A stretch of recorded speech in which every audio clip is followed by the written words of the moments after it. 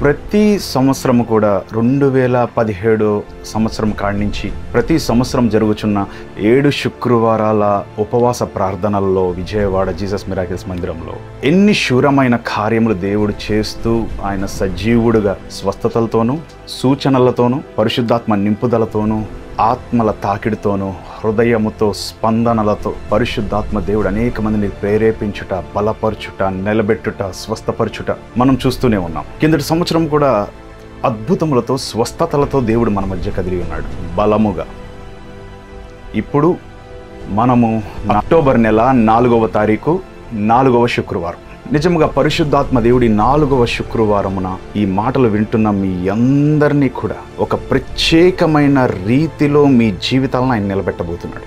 ఇది యెహోవా స్వరము, నీ ప్రభువు పలుకుచున్నాడు, వినండి. మీ జీవితంలో ఒక ప్రత్యేకమైన మార్పుతో ఈ శుక్రవారం దేవుడు నిలబెట్టబోతున్నాడు.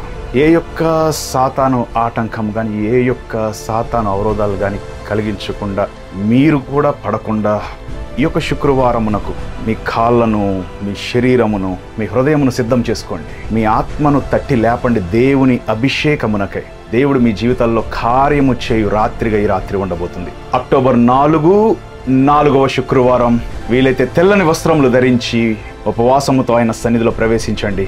ఆయనిచ్చు శాంతిని తీసుకొని గృహాలకు వెళ్ళండి. God bless you. God bless you all.